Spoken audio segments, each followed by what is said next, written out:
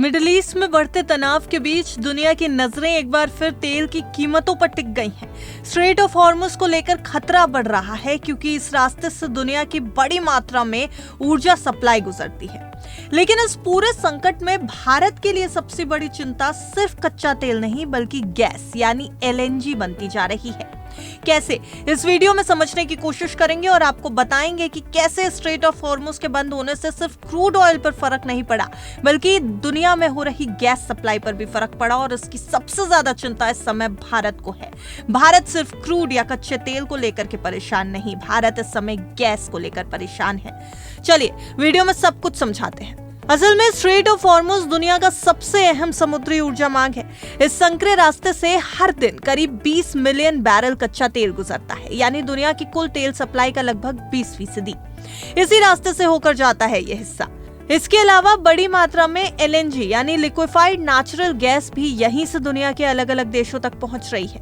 भारत के लिए ये रास्ता और भी ज्यादा अहम है। भारत अपनी जरूरत का लगभग 90% कच्चा तेल इंपोर्ट करता है। इसमें से लगभग 50% से ज्यादा सप्लाई ऐसे क्षेत्रों से आती है जो स्ट्रेट ऑफ हॉर्मुज से सीधे जुड़े हुए हैं। हालांकि कच्चे तेल के मामले में भारत ने पिछले कुछ सालों में अपनी स्ट्रैटेजी बदल दी है। अब भारत सिर्फ खाड़ी देशों पर निर्भर नहीं बल्कि रशिया, यूनाइटेड स्टेट्स, अफ्रीका और लैटिन अमेरिका जैसे देशों से भी तेल खरीद रहा है। और यही वजह है कि फिलहाल भारत के पास शॉर्ट टर्म के लिए पर्याप्त क्रूड ऑयल बफर मौजूद है।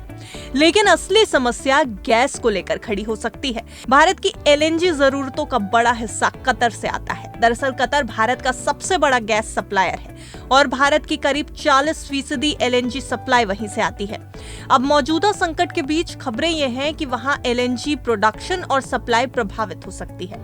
अगर ऐसा हुआ तो भारत में गैस की अवेलेबिलिटी कम हो जाएगी। इसका असर इलेक्ट्रिसिटी प्रोडक्शन यानी बिजली उत्पादन पर, फर्टिलाइजर बिजनेसेस पर, उर्वरक उद्योगों पर और शहरों में मिलने वाली CNG और PNG गैस पर पड़ सकता है। इसी खतरे को देखते हुए भारत सरकार ने रिफाइनरीज को निर्देश दिया है कि वो LPG प्रोडक्शन को ज्यादा से ज्यादा बढ़ाएं। साथ ही कुछ औद्योगिक सेक्टर्स के लिए गैस सप्लाई को लिमिट करने की भी तैयारी की जा रही है ताकि घरेलू उपभोक्ताओं और जरूरी सेवाओं की सप्लाई प्रभावित ना हो, यानी हर घर तक एटलीस्ट LPG जरूर पहुंच जाए। एक्सपर्ट्स का मानना है कि अगर गैस की ग्लोबल कीमतें तेजी से बढ़ती हैं, यानी वैश्विक कीमतों में तेजी आती है या सप्लाई में रुकावट आती है तो उद्योगों की लागत बढ़ सकती है और प्रोडक्शन पर भी असर पड़ेगा।